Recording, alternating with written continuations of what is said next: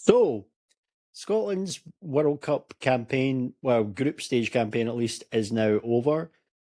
At the time of this recording, on 9 p.m. On Thursday, what's the date? 25th of June. It's not technically World Cup as a whole over, but we'll find out in the coming days. But I've just got to get my thoughts on the Scotland performances in the World Cup, just the campaign in general so far, and there is still a chance that they could get through. Because well, as it stands, the eighth best third place teams all get through. So as it stands, they're currently sitting at seventh, but there's still plenty of games to go. In fact, one of the games that's on right now, I've got the sound off while we're recording this. Ecuador and Germany's just kicked off. This actually, we're doing this in real time, motherfuckers. We're doing this in real time.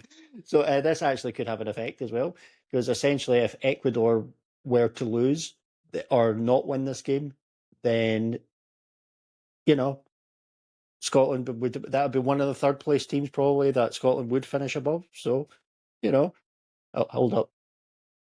Oh yeah, Germany were just in the You're getting live commentary as well here. But let's be honest, Scotland officially are not out yet. But let's call a spade a spade. They don't deserve to get through. We've got to be 100% bluntly honest here. They have been absolutely fucking shite in this tournament. And for a multitude of reasons, Germany's just scored.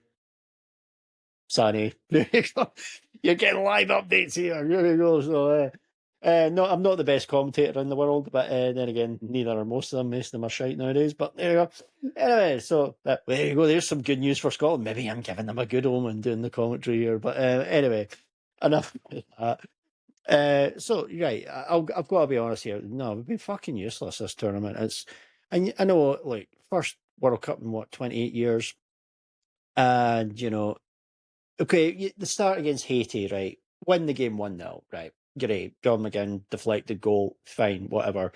So that's like, and look, some people say, oh, you're just beating Haiti, that's all, and all that. Well, a lot of people, there was big celebrations about that. And you know what, rightly so, because look, we've not been there for 28 years. So, to see a Scotland team win, this will be a lot of people's first time ever seeing Scotland win a game in a tournament. So, the last time they won a game of the tournament has been 30 years ago, Euro 96 against Switzerland with a brilliant Ali McCoy's goal.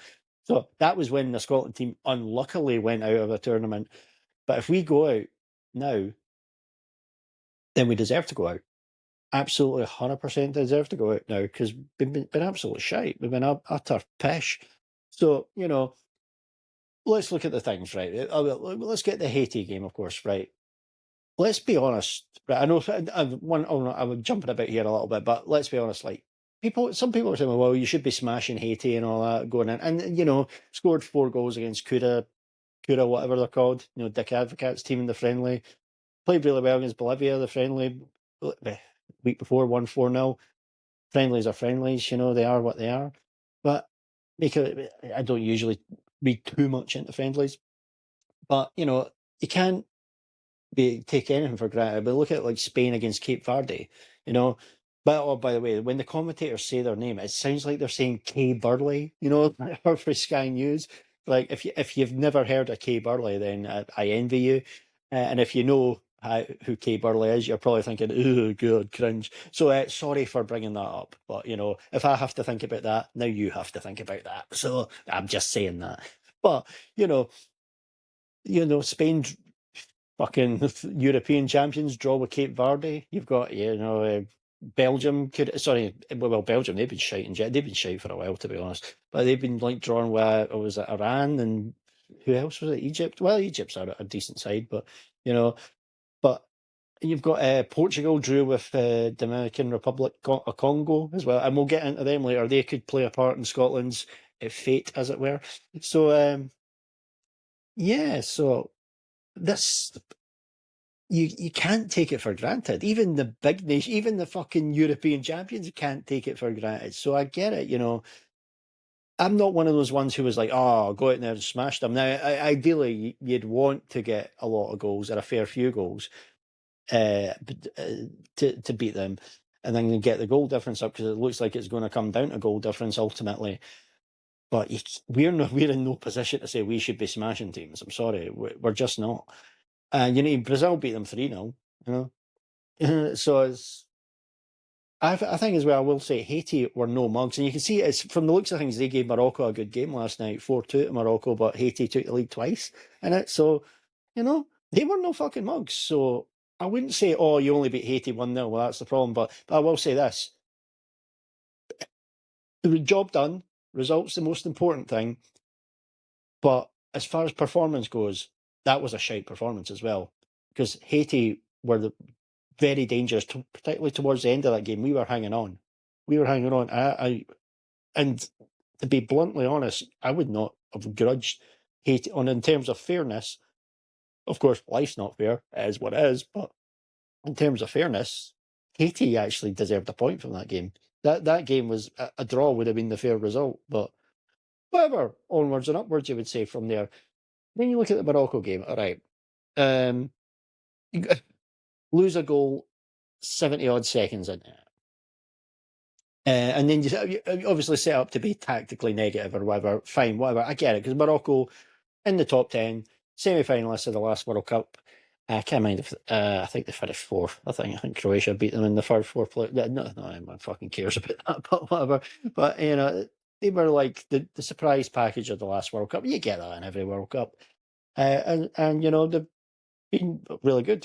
So you fear for the worst after that when you think, oh god, this is going to be a hiding. But that was an incredibly boring game. And I'll be honest, I think Morocco would maybe be kind of disappointed in themselves, to be honest, to not go on and score more goals than that. They actually should have took the handbrakes off themselves, because they were better in the second half. But let's call a spade a spade. No shots on target. And people will talk about the penalty. And I was walking past the bus stop a couple of days ago, like the day before the Brazil game. And the first thing they were like, you see the Fitbit. I heard somebody saying, you see the football, and they're like, yeah, that was a definite penalty. It should have been a penalty and all that. And I'm like, yeah, well, maybe it should have, but it wasn't that clear cut. And you still have to hit it on the target. I mean, they didn't hit any other shots on target. Who's to say whoever took it, does they balloon it out of the bar or put it wide? So yeah, you could argue that they should have had the chance to do it, but it wasn't clear and obvious. So the whole VAR thing, send it to VAR, clear and obvious. So the first go-to jump is it should have been a penalty, but maybe you should say, well, maybe they shouldn't have played such shite for most of the game, and maybe Grant Hanley should they fuck it up in the first minute?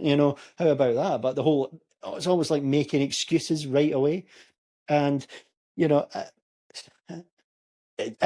gets tiresome when people do that. It's like it's almost like you've got to play better, you've got to do better. And to be fair, Morocco would probably be disappointed in that result. They probably could have thought if they had scored a couple of more goals, they might have been in the mix for winning their group. Oh, Ecuador have just scored, and it's a doozer, that goal. There you go. I'm settling into this commentary gig. Like I'm telling you, this is good stuff. Anyway, moving on though, doesn't change anything as it. No, actually, it doesn't change anything as it stands for Scotland at the moment. But anyway, we're going by the seat of our pants here on Raimondo's reviews. That's the way it's done, unfiltered. Anyway, what the fuck was I talking about? Right. So all right, the Morocco game, but it was a shite performance. Let's be honest. It was a shite, but no, it could have been a lot worse. You lose the goal right at the start. You think, oh fuck, here we go. Especially when goal difference is going to be important. But the go-to excuse being, oh well, a penalty or whatever. Yeah, but again, you should be playing better. And like Grant, look, and this is not going to be like getting personal digs at people and everything like that. But look, it's a sad state of affairs if Grant Hanley's at a World Cup. I'm sorry, but I remember back in like 2011, 2012, when Gordon Strachan and that first took over, I was like, this guy's pitch. Even though he scored in a game against Wales, which we landed up losing and all that, I was kind of like, this guy's shite. And the fact that 15 years later, he's still, well, he was dropped last night, but he's still starting games for Scotland at a World Cup. It's like, can we not develop defenders? And then what is happening? So any road. So there's that. So then we go into the Brazil game, right? Okay. So what you don't want is a mistake or anything like that, because they don't need any help whatsoever. So Grant Hanley comes out the game. Scott McKenna comes in. I believe he'd been injured as well beforehand as well. So what happens about 6 minutes into the game? And here's something: Scott McKenna's pass into the box, slack pass into the box, and James McFadden on commentary sums it up, because even before the ball went to Vinicius Junior, James McFadden just went, "Oh God!" And that's the best bit of commentary he has ever done. Because I'll say one thing: when I heard he was becoming a pundit, I'd be like, "Oh yeah, he'll be great," because he was this vibrant, almost like cheeky chappy player as well. He's so many great memories as well for Scotland as well, like Parc des Princes, need I say more, and among others, he was great in other games as well. An actual like exciting player as well. But my God, his personality doesn't match his talent. He is so fucking boring most of the time on commentary. He is terrible. But I will say that his "oh God" reaction was just so real. Even before the ball went to Vinicius Junior, it's like, see the goal he scored again, that he scored against Morocco. He doesn't need any help to score. So there's that. Like, again, you don't want to be like digging at individual players and things. It's just not good enough, though. It's like and even then, we want to talk about VAR interventions and things. The Jack Hendry one. Now, it looked like it was going to be the same again as well, because he'd lost the ball and Vince Junior scored, but this time VAR intervened. Now again, I think it probably was a foul, but it's been about 50-50, this whole thing about that. But to me, I don't think it was really clear and obvious. But I can see both sides of it. If you say that's not enough for a foul, or yeah, I think it is a foul, whatever. But if it had been if it hadn't been overturned, I couldn't really have complained too much with that one.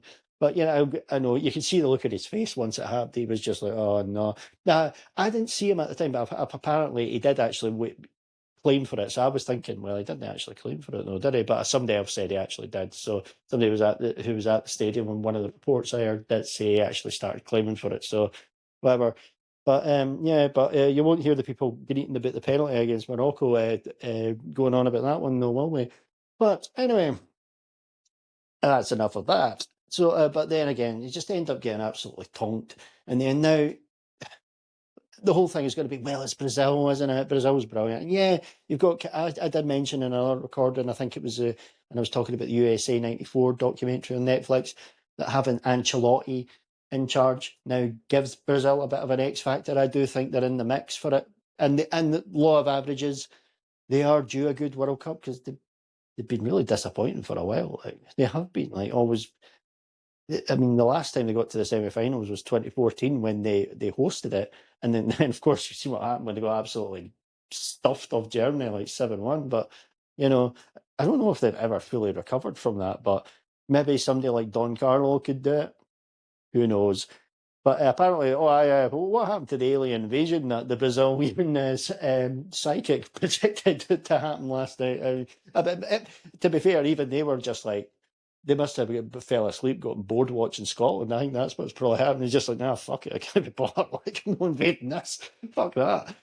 But But anyway, going off on a tangent there, going off on another planet, you could say. Well, but I mean, if you look at everything though, yeah, Brazil are good, but it's not a vintage side or anything. I do think they have a good chance of going very far in the tournament, but my God, Scotland were just shit. And it's like, it's things like that. It's like gifting goals in the first few minutes, and it's like, they they don't need any help, so it's just so poor. And yeah, they tried a bit for another goal to get it back, but again, I think they had one. Right, look at the two games against Morocco and Brazil. Between them, one shot on target.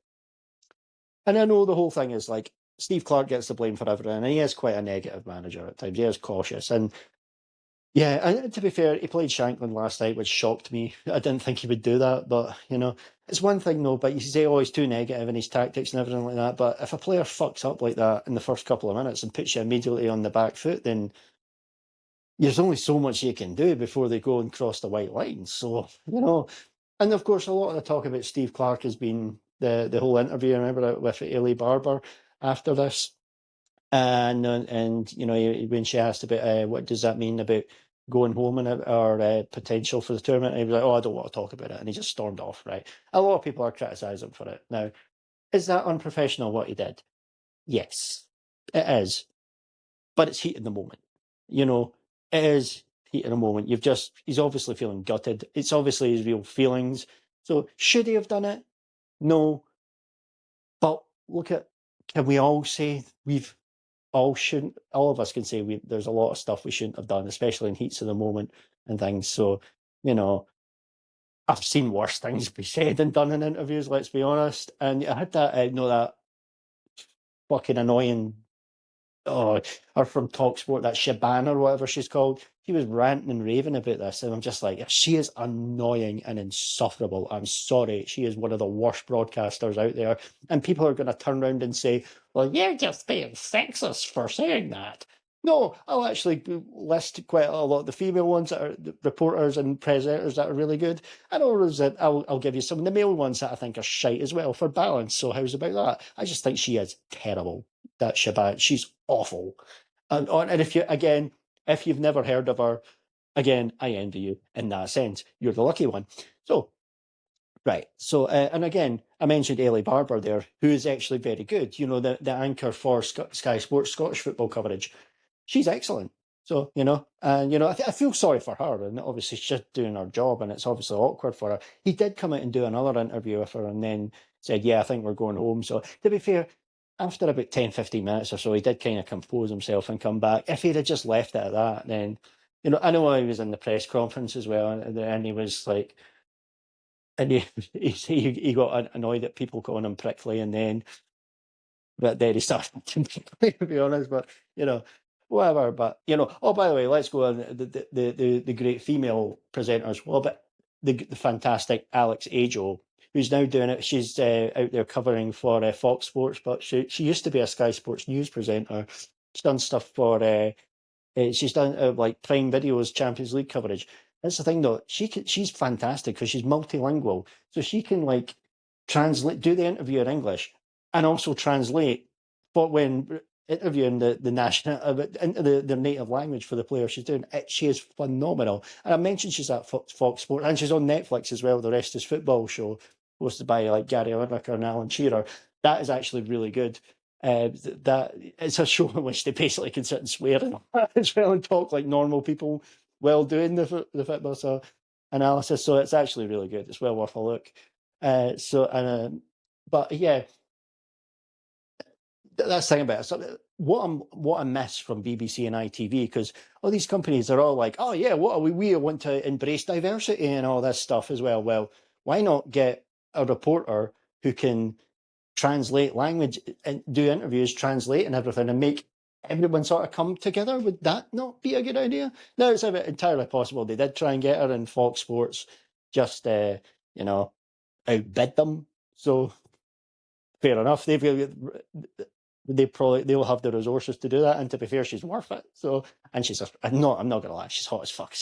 Come on, let's be real here. She is massively talented and comes across as very likable as well. So there you go.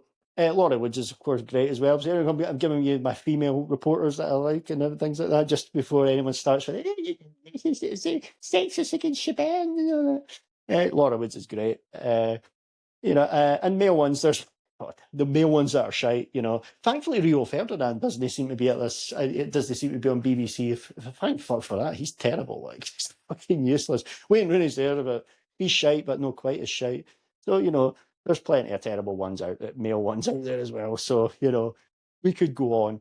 Anyway, I'm kind of lost track here. Like I said, unfiltered. So, yeah, I mean, look, let's be real.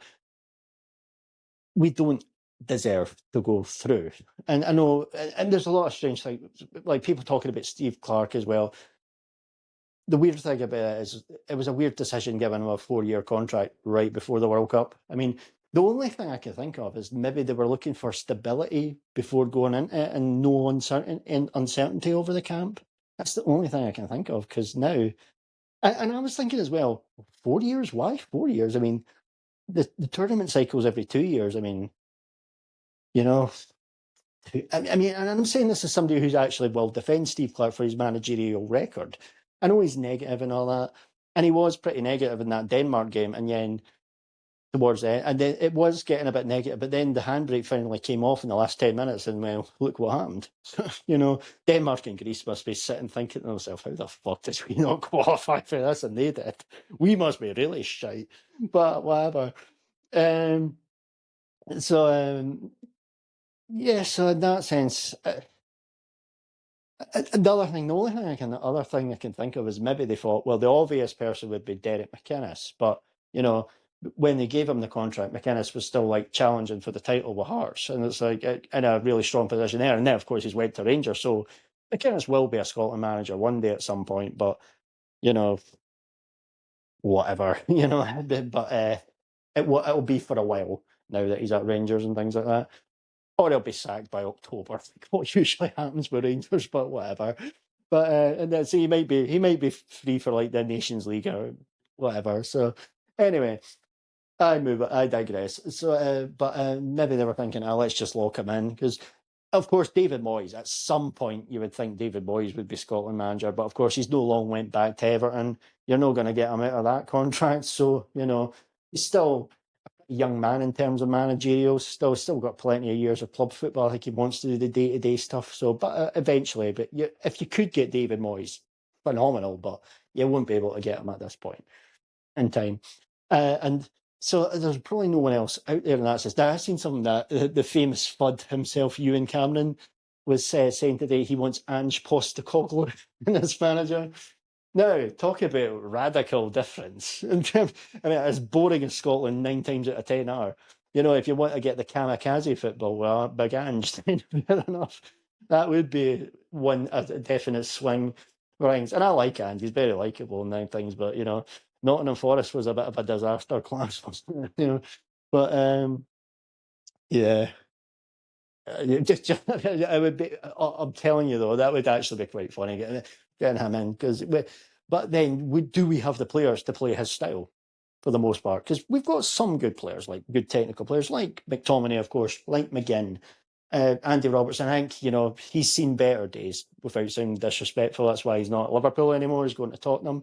So he's still a really good player and everything like that. So and Ben Doak as well, who's got good technique, but most of them, they are just journeymen. I'm sorry, but most of these players they're just not good enough.